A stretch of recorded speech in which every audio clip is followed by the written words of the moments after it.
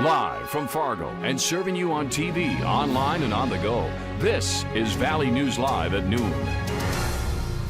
We begin with new information. One man is now in custody after barricading himself and his vehicle in the South High School parking lot. 24-year-old Michael Manuel Bell is behind bars for aggravated domestic assault, terrorizing, preventing arrest, and felony restraint. Police say they were called just after 6 this morning for a disturbance call involving Bell in a 2000 block of 25th Street South. They said they soon found Bell barricaded inside a vehicle in the Fargo South parking lot. Officers say after hours of negotiations, officers deployed pepper balls and OC spray to get Bell out of the vehicle. Bell will be booked into the Cass County Jail after being medically cleared. Well, the weather felt absolutely amazing or gorgeous this morning, but what will it be like this afternoon? Let's check in with meteorologist Lisa Green. Good afternoon. Some of us will experience a few more clouds than others, and we still have that wildfire smoke out there creating that haze in our view here in Fargo. Here's a look at our hourly planner. It's pretty quiet for us in the metro area. We'll see some variable cloudiness going on here today. More clouds up to the north, and you can see temperatures are going to be on the rise back into the 80s this afternoon. There's humidity out there too. You may notice it in some areas with that wind out of the southeast into the teens and getting a little stronger at times this afternoon and evening. So here's a look at the latest radar and satellite map. You could see the cloud cover up north. That's also where we might have a few sprinkles or a quick light shower passing by underneath those clouds. Then back over to Bismarck and Minot, clearing out from there. Fargo points south essentially. That's where we're getting some more sunshine here as we head into the afternoon.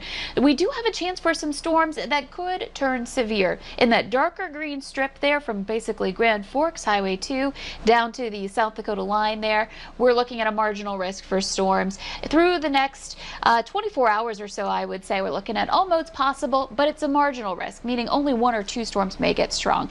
We'll talk more about that, the timing, and take a look at the smoky skies too coming up here in just a moment. Those weather risks do not look exciting at all, especially the hail, so hopefully it's better than that. Thanks again, Lisa. It is that time of year when your child will be riding the bus or even spending time alone with online learning. During these uncertain times, does your child know what to do when confronted by a stranger? Well, Sergeant Derek Cruft states that children should always tell an adult exactly what happened. They should describe what this person was wearing, what they looked like, and where they interacted with you. They should tell someone they feel comfortable with, including an older sibling, parent, or even a neighbor. If your child is alone in the household, they should never answer the door for a stranger. Parents should include emergency contacts in easy spots, like the front of your fridge. The importance of having a plan in place is being ready, because as good parents, we want to make sure that we always are looking out for our children's best well-being and having a plan in place so that if something does happen, we're ready for it. One man is dead following an officer-involved shooting in Belcourt, North Dakota, but a lot of questions are unanswered. The FBI says the shooting happened at a home in Belcourt late Saturday night into the early morning hours of Sunday. Police identified the man who was shot as 35-year-old Brandon LaDucer of Belcourt. The FBI is now not releasing information about the circumstances of the shooting, including the reason for the police response and how LaDucer died. Following a clash between protesters and police, the National Guard has been called in to help deal with unrest in Kenosha, Wisconsin, where a black man was shot in the back multiple times by police. They are outraged over video that showed a police officer shooting a man, identified as Jacob Blake, 7 times in the back. Overnight, protesters dodged tear gas canisters shot by riot police in front of the courthouse. Police did not provide details about what led to the shooting, but say Blake was transported to Milwaukee for treatment. Protesters in other U.S. cities are also taking the streets in the aftermath of the Blake shooting. Women of color have long faced economic and racial inequalities in Britain, and now women from minority backgrounds find themselves disappropriated, hit by the financial and psychological impacts of the coronavirus pandemic. NBC's Helena Humphrey reports from London. The UK is now officially in a recession, forecast to be the deepest in 300 years.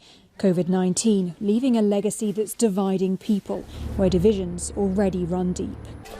At this market in one of London's most diverse neighbourhoods, women on the lower rungs of the economy have been especially hard hit. We, as a group of a low income, got forgotten. During lockdown, Bubbly was told to shut up shop overnight. With no furlough, no money from the government, no way of making ends meet. You can't put food on the table. We had a bag of lentils and rice, and then you portion food out. You had made enough pot, like a stew, last for 4 days, and you lived on that. Sarah, another stall holder, is still racked with worry. Will I be able to pay my rent? And if I can't, will I be evicted? Their stories just a snapshot of what women from minority backgrounds are facing, according to new research conducted by a group of British universities and charities. They found over twice as many minority women recently lost support from the government compared with white women, saying they were unsure where to turn to for help. And almost a quarter of mothers from minority backgrounds struggled to feed their kids as a result of income loss during the pandemic. Left with no choice, some come here, the Sufra Food Bank seeing demand explode 200% from one day to the next. We had one lady right at the beginning turn up on the door. She was crying. She had just been let off from work, not even furloughed. And she, I think, only had like £20 left in her bank account. And just people, feeling that they have to show you that as well is very degrading. Dire situations replicated around the world in countries struggling with both the virus and systemic racism. The situation of black and minority ethnic women in the UK is mirrored in other countries, including the US, where you have those women more likely to be poor, more likely to be reliant on social security benefits, more likely to face discrimination in the workplace. In the US and the UK, minorities have borne the brunt of coronavirus, men facing a far higher fatality rate, and now women from those communities on the front line of the economic fallout as well. Well, let's take a look at the COVID-19 numbers. In Minnesota, the Department of Health is reporting 414 confirmed cases of COVID-19, along with 8 new deaths linked to the illness. In total, over 1,700 deaths have been attributed to the disease. Over 63,000 people are listed as recovered. And in North Dakota, there are 234 new cases and 1 new death in the state. The death toll now sits at 138. The active case count is up to 1,681. And UND is currently reporting 235 total active cases on their campus. Delta Airlines says it plans to furlough more than 1,900 pilots later this year. This summer, Delta warned 2,500 of its pilots about potential furloughs. The number was lowered by more than 1,800 pilots who took early retirement packages. Delta says the remaining pilots could avoid furloughs altogether with a 15% cut to minimum pay.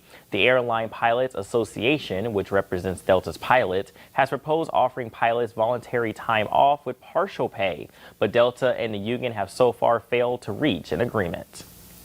And be sure to catch the Bison in action against Central Arkansas on October 3rd at 2:30 right here on KVLY.